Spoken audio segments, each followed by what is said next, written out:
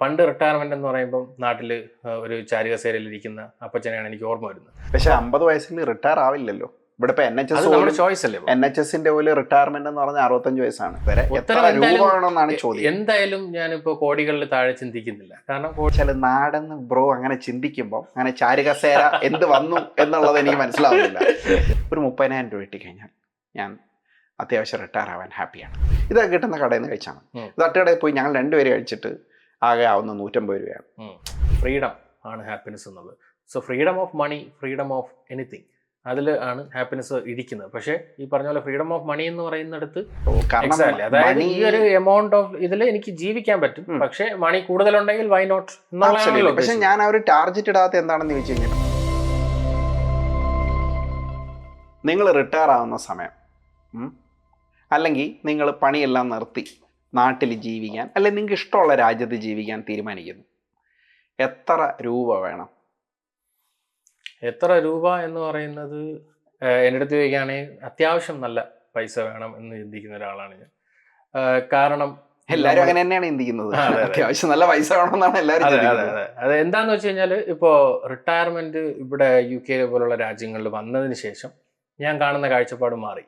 പണ്ട് റിട്ടയർമെന്റ് എന്ന് പറയുമ്പോൾ നാട്ടിൽ ഒരു ചാരുകസേരയിൽ ഇരിക്കുന്ന അപ്പച്ചനെയാണ് എനിക്ക് ഓർമ്മ വരുന്നത്. ഇന്നിപ്പോൾ ഞാൻ അങ്ങനെയല്ല ചിന്തിക്കുന്നത്. ഒരു 50 എന്നൊക്കെ പറയുമ്പോൾ യു ആർ ഫൈൻ. അപ്പോൾ നമ്മൾ ഫിറ്റ്നസ് ഒക്കെ മെയിൻറ്റെയിൻ ചെയ്യുകയാണെങ്കിൽ പിന്നെ അങ്ങോട്ടുള്ള ഒരു 10 വർഷം മിനിമം നമ്മൾ ചത്തു പോവാതിരുന്നാൽ, ജീവനോടെ ഇരിക്കുകയാണെങ്കിൽ you can have A blast എന്ന് പറയുന്ന ഒരു സംഭവം. പക്ഷെ 50 വയസ്സിൽ റിട്ടയർ ആവില്ലല്ലോ. ഇവിടെ ഇപ്പൊ നമ്മുടെ ചോയ്സ് അല്ലേ? NHSന്റെ പോലെ റിട്ടയർമെന്റ് എന്ന് പറഞ്ഞാൽ 65 വയസ്സാണ്. എക്സാക്ട്ലി. നാട്ടിലും ആണെങ്കിൽ വയസ്സ് കൂടിക്കൊണ്ടിരിക്കുകയാണ്. അപ്പോഴോ അവിടെയാണ് ഞാൻ പറഞ്ഞത്, ആ കൺസെപ്റ്റ് ഞാൻ അഗ്രി ചെയ്തു. പക്ഷെ നമ്മുടെ ഒരു ഇൻഡിപെൻഡന്റ് ചോയ്സ് ഉണ്ടല്ലോ എപ്പോൾ ഞാൻ ജോലി നിർത്തണം എന്നുള്ളത്. അപ്പൊ അങ്ങനെ ചിന്തിക്കുമ്പോൾ ഞാനൊരു 50 എൻ്റെ മനസ്സിൽ ഐഡിയലി ഗോൾ. പക്ഷെ അതൊരു പ്രാക്ടിക്കൽ ചിന്തയാണോ? കാരണം എന്താ വെച്ച് കഴിഞ്ഞാൽ, നമുക്ക് എന്തായാലും റിട്ടയർമെന്റ് വേണമെങ്കിൽ ഈ പറയുന്ന പോലെ ഒരു സ്റ്റേജ് എത്തുമ്പോഴായിരിക്കും നമ്മുടെ കയ്യിൽ എത്ര എന്തെങ്കിലും, നിങ്ങൾക്ക് ഒന്നാമത് നിങ്ങൾ പറഞ്ഞ അനുസരിച്ച് നല്ല മണി വേണം. അപ്പോൾ രണ്ടാമത് നമുക്ക് അത്രയും മണി വേണമെങ്കിൽ ഒരു കാലഘട്ടം വരെ വ്യക്തമായിട്ട് അധ്വാനിക്കണ്ടേ? തീർച്ചയായും. അത് അധ്വാനിക്കാതിരുന്ന് കഴിഞ്ഞാൽ നടക്കില്ലല്ലോ. അതിനാണല്ലോ ഈ ഉള്ള വർഷങ്ങൾ. ഇപ്പോൾ എനിക്കൊരു ലെറ്റ്സ് ഒരു 10 വർഷത്തിൽ കൂടുതലെങ്കിലും ടൈം ഫ്രെയിം ഉണ്ട്. ഇതിനിടയിൽ ഞാൻ എടുക്കുന്ന തീരുമാനങ്ങൾ കറക്റ്റ് ആണെങ്കിൽ ഞാൻ ഉദ്ദേശിക്കുന്ന ഗോളിൽ എനിക്ക് എത്താൻ പറ്റും എന്നുള്ളൊരു ടാർഗറ്റാണ്. ഇനി അത് നടന്നില്ലെങ്കിൽ അപ്പോഴേ എനിക്ക് പറയാൻ പറ്റൂ. പക്ഷെ ഇപ്പോൾ ഗോൾ ചോദിച്ചാൽ ഇത് തന്നെയാണ് എൻ്റെ ഒരു. എന്നാലും ഉത്തരം വന്നിട്ടില്ല ഇതുവരെ. എന്തായാലും ഞാനിപ്പോൾ കോടികളിൽ താഴെ ചിന്തിക്കുന്നില്ല. കാരണം കോടികൾ വേണ്ടി വരും. കാരണം ഒരു ഡേ ടു ഡേ ഒരു അത്യാവശ്യം കംഫർട്ട് ലൈഫ്, നമ്മൾ ഉദ്ദേശിക്കുന്ന പോലെ ഒരു കംഫർട്ട് ലൈഫ് വേണമെങ്കിൽ കോടികളുടെ റേഞ്ച് ചെയ്യണം എന്ന് പറഞ്ഞ് ഞാനിപ്പോൾ 100 കോടി മില്യൺ അങ്ങനെയല്ല ഉദ്ദേശിക്കുന്നത്. എനിക്കറിയില്ല ഒരു ടൈം. പക്ഷെ എന്തായാലും കോടികൾ റേഞ്ചിലാണ് എൻ്റെ ചിന്തയിലുള്ളത്. ബ്രോയുടെ ഇപ്പോൾ ഇത്രയും പറഞ്ഞ സ്ഥിതിക്ക് ബ്രോയുടെ എന്താണ്? എനിക്ക് എൻ്റെ റിട്ടയർമെന്റ് ലൈഫ് എനിക്ക് എന്തായാലും നാട്ടിൽ തന്നെയാണ് ആഗ്രഹം. ചാരുകസേരയിലാണോ അതോ? ഇല്ല, അത് എന്താ വെച്ചാൽ, നാടെന്ന് ബ്രോ അങ്ങനെ ചിന്തിക്കുമ്പോൾ അങ്ങനെ ചാരുകസേര എന്ത് വന്നു എന്നുള്ളത് എനിക്ക് മനസ്സിലാവുന്നില്ല. ഞാൻ ഉദ്ദേശിക്കുന്നത് പണ്ട് നമ്മൾ ചാരുകസേലയിൽ ഇരിക്കുന്ന, അത് ശരിയാണ്. പക്ഷെ ചാരുകസേലയിൽ ഇരിക്കുന്ന ആൾക്കാരെല്ലാം മോശക്കാരാണോ എന്ന് ഞാൻ പറയുന്നില്ല. ഇല്ല, ഞാൻ ഉദ്ദേശിച്ചത് അത് ആ പറഞ്ഞ രീതി വെച്ചിട്ട് അങ്ങനെയാണ് തോന്നുന്നത്. അല്ല, ബ്രോയോട് ഞാൻ ചോദിച്ചാണ്. അതൊരു ഫൺ ഓഫ് ടോക്ക് മാത്രമാണ്, അപ്പുറത്തേക്കൊന്നുമില്ല. അല്ല, ഞാൻ എന്നെ സംബന്ധിച്ച് പറയുകയാണെങ്കിൽ റിട്ടയർ ചെയ്യുമ്പോൾ നാട്ടിലാണ് റിട്ടയർ ചെയ്യുന്നത്. അതിൻ്റെ പ്രധാന കാര്യം എന്ന് വെച്ചാൽ എൻ്റെ ഫാമിലി നാട്ടിലാണ്. പിന്നെ രണ്ടാമത് എനിക്ക് ലോകത്തിൽ എവിടെ പോയെന്നതിനേക്കാളും നാട്ടിൽ ജീവിക്കാനാണ് താല്പര്യം. കാരണം ഒന്നാമത് എൻ്റെ കൾച്ചർ, എൻ്റെ ആൾക്കാർ, എൻ്റെ ഫുഡ്, എന്തൊക്കെ പറഞ്ഞാലും മാറിക്കൊണ്ടിരിക്കുന്ന കേരളമാണെങ്കിൽ പോലും തീർച്ചയായും അവിടെ എന്തെങ്കിലുമൊക്കെ ഉണ്ടാവും എന്ന് വിശ്വസിക്കുന്ന ആളാണ് ഞാൻ. മാത്രമല്ല, രാവിലെ സ്വിച്ച് ഇട്ട പോലെ വരുന്ന സൂര്യൻ, വൈകുന്നേരം സ്വിച്ച് ഇട്ട പോലെ അണയുന്ന സൂര്യൻ, പിന്നെ ഇടയ്ക്കിടയ്ക്ക് മഴയും, നല്ല വൃത്തിയുള്ള മഴ, കാണാൻ ഭംഗിയുള്ള മഴയൊക്കെ ഉണ്ട്. ഫ്ലഡൊക്കെ എൻ്റെ ഇടയ്ക്ക് വരാം, പ്രശ്നങ്ങളൊക്കെ വരാം. പക്ഷെ എങ്കിലും എൻ്റെ ആഗ്രഹം, മനസ്സവിടെയാണ്. എന്നെ സംബന്ധിച്ചിടത്തോളം എനിക്ക് വന്ന ഒരു കടവും ഇല്ലാതെ, ഒരു ബാധ്യതയില്ലാതെ, ഒരു സാധനത്തിലും അടയ്ക്കാണ്ടാതെ ഒരു 30,000 രൂപ കിട്ടിക്കഴിഞ്ഞാൽ ഞാൻ അത്യാവശ്യം റിട്ടയർ ആവാൻ ഹാപ്പിയാണ്. 30,000 രൂപ കിട്ടണമെന്ന് പറയുമ്പോൾ അവിടെ ഒരു വ്യക്തത ഇല്ല. എന്ന് വെച്ചാൽ എന്താണ് മാസം 30,000 കിട്ടണമെന്നാണ്? അങ്ങനെയാണോ? എന്താണ് മാസം എനിക്കൊരു 30,000 മിനിമം കിട്ടിക്കഴിഞ്ഞാൽ ഞാൻ സർക്കാർ ജോലിക്കാരെ പോലെ ജീവിക്കാൻ, അതായത് മന്ത്ലി റിട്ടയർമെന്റ് എമൗണ്ട്, അതായത് ഒരു പെൻഷൻ എമൗണ്ട് പോലെ 30,000 രൂപ കിട്ടിയാൽ ഐ എം ഓക്കെ എന്നുള്ളതാണ് എനിക്ക് വിഷയം. അപ്പൊ ഇത്ര രൂപ ബാങ്കിൽ ഇട്ടുകൊണ്ട് ജീവിക്കണമെന്നൊന്നും ഞാൻ പ്ലാൻ ചെയ്തിട്ടില്ല. കാരണം എൻ്റെ ലൈഫിൽ മൊത്തം എടുക്കുവാണെങ്കിൽ ഞാൻ ഒരു സേവിങ്സും ചെയ്യാത്ത ആളാണ്. നിങ്ങൾക്കറിയാം, എൻ്റെ ലൈഫിൽ ഞാൻ ഇഷ്ടംപോലെ രാജ്യങ്ങൾ പോയിട്ടുണ്ട്. എൻ്റെ ഇത്രയും കാലത്ത് ഈ 47 വയസ്സിനിടയിൽ ഞാൻ അത്യാവശ്യം ജീവിതം എൻജോയ് ചെയ്യുന്നതെല്ലാം അത്യാവശ്യം എൻജോയ് ചെയ്തിട്ടുള്ള ആളാണ്. അപ്പോൾ അതുകൊണ്ട് തന്നെ എനിക്ക് അങ്ങനെ റിഗ്രറ്റുകൾ ഇല്ല. അല്ല തീർച്ചയായിട്ടും. അപ്പൊ ഞാൻ നാട്ടിൽ തന്നെ ഏറ്റവും കൂടുതൽ പോയിട്ടുള്ള ഇപ്പൊ ഈ ഒരു 47 വയസ്സിനിടയ്ക്ക് അഹങ്കാരമല്ല കേട്ടോ, ഇതൊക്കെ കേൾക്കുമ്പോൾ അഹങ്കാരമൊന്നും ഉള്ള കാര്യം പറയുകയാണ്. 47 വർഷത്തിനിടയിൽ ഞാനൊരു വർഷത്തിൽ 2 or 3 പ്രാവശ്യം എല്ലാ വർഷത്തിലും പൊയ്ക്കൊണ്ടിരുന്ന ആളാണ്. വളരെ കുറച്ച് വർഷങ്ങൾ മാത്രമേ ഉള്ളൂ അതിൽ കൂടിയിട്ടുള്ളത്, അതിൽ കുറഞ്ഞിട്ടുള്ളത്. അപ്പൊ അങ്ങനെയൊക്കെ ആലോചിക്കുമ്പോൾ തീർച്ചയായിട്ടും എനിക്ക് ഈ പറയുന്ന പോലെ അങ്ങനെ ഭയങ്കര വലിയ കാശൊന്നും വേണമെന്ന് ആഗ്രഹമില്ല. അല്ല ഞാൻ ചോദിക്കുന്നത്, അപ്പൊ 30,000 വെച്ച് നമ്മൾ ജീവിക്കാമെന്ന് തീരുമാനിക്കുന്നു, ഓക്കെയാണ്, കുഴപ്പമില്ല, നല്ല കൺസെപ്റ്റാണ്. കാരണം 30,000 അഫോർഡ് ചെയ്യാൻ പറ്റും നമ്മുടെ നാട്ടിൽ. ഞാൻ അതിന് ഒരു പ്രധാന കാര്യം ഞാൻ പറയാം. ഇപ്പൊ നമ്മൾ നാട്ടിൽ പോയപ്പോൾ ടൈപ്പിന് വേണ്ടി 2 ഇന്റർവ്യൂ നടത്തിയിരുന്നു. 2 പേരെ ഇന്റർവ്യൂ ചെയ്തു. 2 പേരും സാധാരണക്കാരാണ്. ഒരാൾ ഒരു ഗൾഫ് റിട്ടേൺ എന്ന് പറഞ്ഞാൽ സാധാരണ ജോലി ചെയ്ത് ഗൾഫിൽ നിന്ന് വന്ന മനുഷ്യനാണ്. അദ്ദേഹം വീട് വെച്ചു. എൻ്റെ ഇന്റർവ്യൂവിന് വരുന്നുണ്ട് നമ്മുടെ ചാനലിൽ. വീട് വെച്ചു, മക്കളെയൊക്കെ കല്യാണം കഴിച്ചു. അതിന് ശേഷമാണ് പുള്ളി നാട്ടിൽ വന്നത്.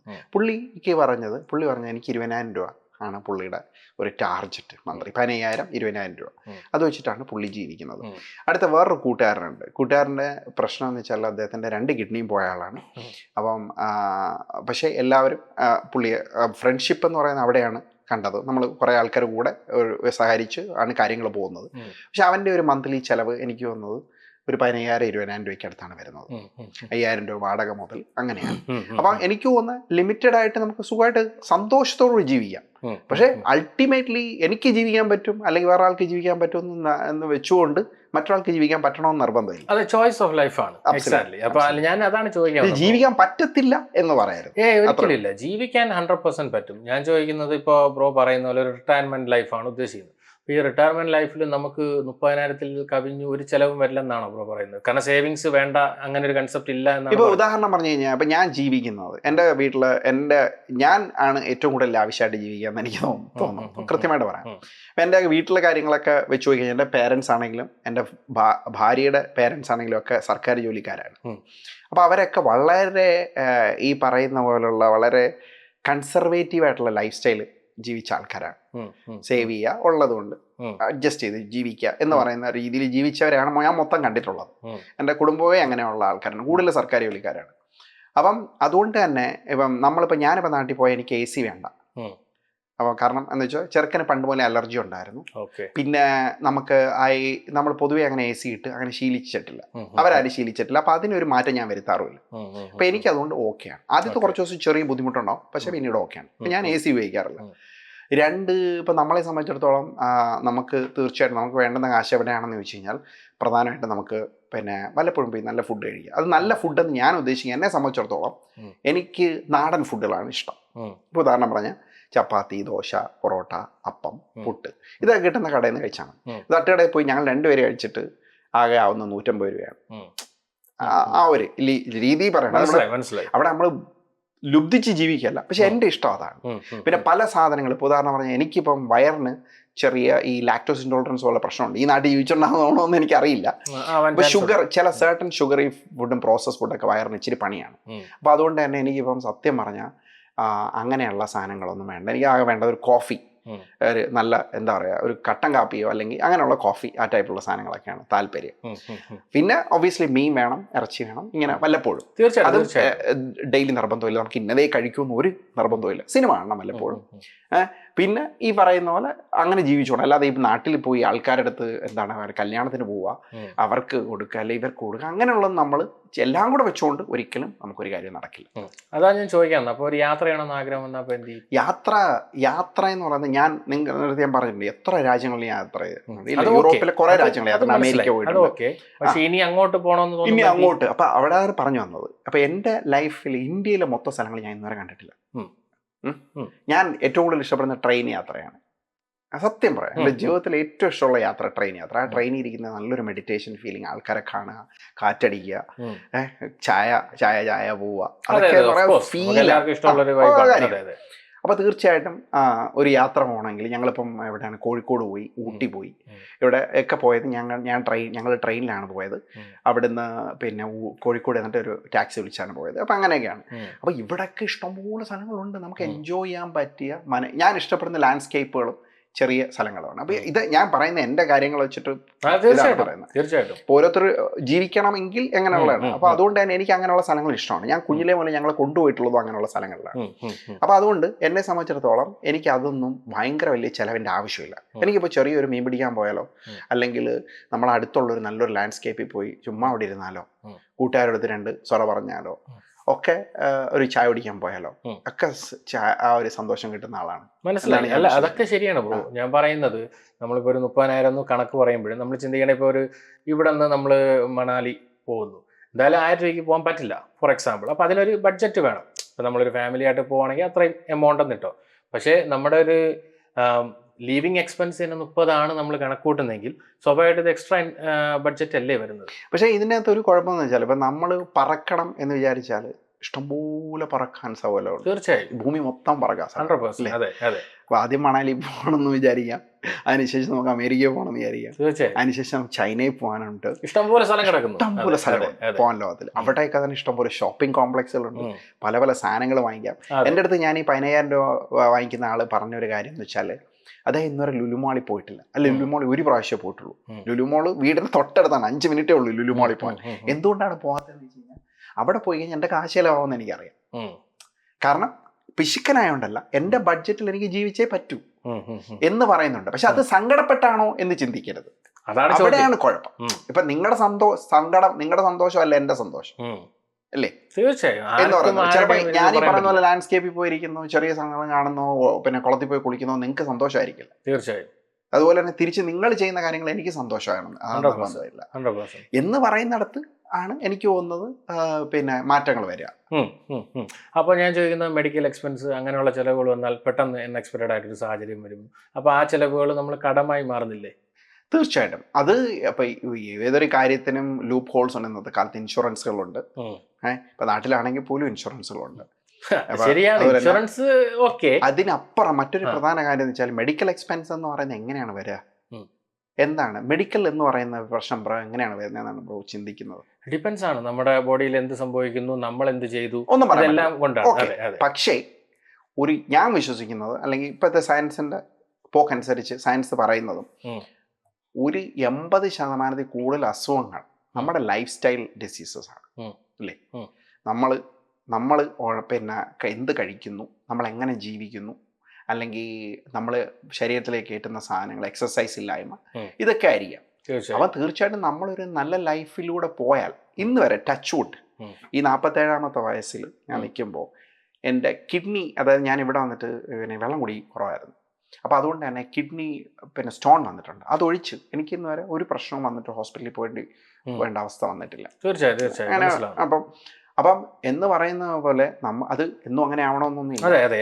അപ്പൊ എന്ന് പറയുന്ന പോലെ ചിലപ്പോൾ നമുക്ക് ഈ പിന്നെ നമ്മുടെ ഹെൽത്ത് നമ്മൾ സൂക്ഷിച്ചു കഴിഞ്ഞാൽ വലിയ പരിക്കുകളില്ലാതെ പോകാമെന്നാണ് ഞാൻ വിശ്വസിക്കുന്നത്. പിന്നെ ഒബ്വിയസ്ലി അൺഫോർച്ചുനേറ്റ് ഇൻസിഡൻസിനെ വെച്ച് നമ്മൾ പേടിച്ചാൽ ജീവിതം മൊത്തം അൺഫോർച്ചുനേറ്റ് ഇൻസിഡൻസ് പലതും നമ്മൾ പേടിക്കേണ്ടി വരും. ഉദാഹരണം പിന്നെ ക്യാൻസർ ഉണ്ടാവാം, പറയാൻ പറ്റില്ല, വണ്ടി ഇടിക്കാം, ഇതൊക്കെ ചോദിക്കാം. പക്ഷെ ഇതൊക്കെ ആർക്ക് സംഭവിക്കാം അല്ലേ? അപ്പൊ ആ അൺഫോർച്ചുനേറ്റ് സിറ്റുവേഷനിലൂടെ ഒന്നും ഇല്ലാത്തൊരു ജീവിക്കുന്നില്ലേ? അല്ല, അതൊക്കെ അഗ്രീഡ് ആണ് ബ്രോ. അപ്പൊ ഞാൻ ചോദിക്കുന്നത്, അങ്ങനെ നമ്മൾ അവിടെ ഒരു കോംപ്രമൈസ്ഡ് ലൈഫാണോ നല്ലത്, അതോ മണി വെച്ച് ജീവിക്കുന്നതല്ലേ ബെറ്റർ എന്നുള്ള ചോയ്സ് എന്നാൽ എന്താണ് തീരുമാനിക്കുക? അപ്പം തീർച്ചയായിട്ടും അപ്പൊ ഇതിനകത്ത് ഒരു കാര്യം എന്ന് വെച്ചാൽ, മണി വെച്ച് ജീവിക്കുന്ന അല്ലേ നല്ലതെന്ന് ചോദിച്ചാൽ തീർച്ചയായിട്ടും നല്ല 100%. അതിനകത്ത് എന്താണ് ബ്രോ, കാരണം ഈ ഒരു എമൗണ്ട് ഓഫ് ഇതിൽ എനിക്ക് ജീവിക്കാൻ പറ്റും, പക്ഷെ മണി കൂടുതലുണ്ടെങ്കിൽ വൈ നോട്ട്. പക്ഷെ ഞാൻ ആ ഒരു ടാർജറ്റ് ഇടാത്ത എന്താണെന്ന് ചോദിച്ചു കഴിഞ്ഞാൽ, ഇപ്പൊ ഞാനിപ്പോ അങ്ങനെ ഒരു ടാർജറ്റ് ഇട്ട് കഴിഞ്ഞാൽ ഞാൻ ഈ മണിക്ക് വേണ്ടി കിടന്ന് കട്ടടിക്കേണ്ടി വരും. അത് നല്ലൊരു പോയിന്റ് ആണ് പറയുന്നത്. ഇപ്പൊ 50-ാമത്തെ വയസ്സ് എനിക്ക് ഒരു കോടി കൊണ്ട് അടക്കണം എന്ന് വിചാരിച്ചാൽ ഞാൻ എൻ്റെ ഈ ലൈഫൊന്നും ഞാൻ എൻജോയ് ചെയ്യാൻ പറ്റില്ല. തീർച്ചയായും. എനിക്ക് നാളെ എൻ്റെ അടുത്ത് ആൾക്കാർ ചോദിച്ച് കഴിഞ്ഞാൽ നിൻ്റെ കയ്യിൽ എന്താണ് അധികം ഇൻവെസ്റ്റ്മെൻറ്റോ സേവിങ്സോ ഒന്നും ഇല്ലാത്തതെന്ന് ചോദിച്ചാൽ എനിക്ക് പറയാൻ ഉത്തരവുണ്ട്. ഞാൻ നാട്ടിൽ പോയിരുന്നു, നാട്ടിൽ എൻജോയ് ചെയ്തിട്ടുണ്ട്, ഇവിടെയും പിന്നെ അങ്ങനെയൊക്കെയാണ് മനസ്സിലായി എന്ന് പറയുന്ന പോലെയാണ്. അപ്പം എനിക്ക് തോന്നുന്നത് എൻ്റെ ഓരോരുത്തരുടെയും അത് ടൈലേർഡാണ്.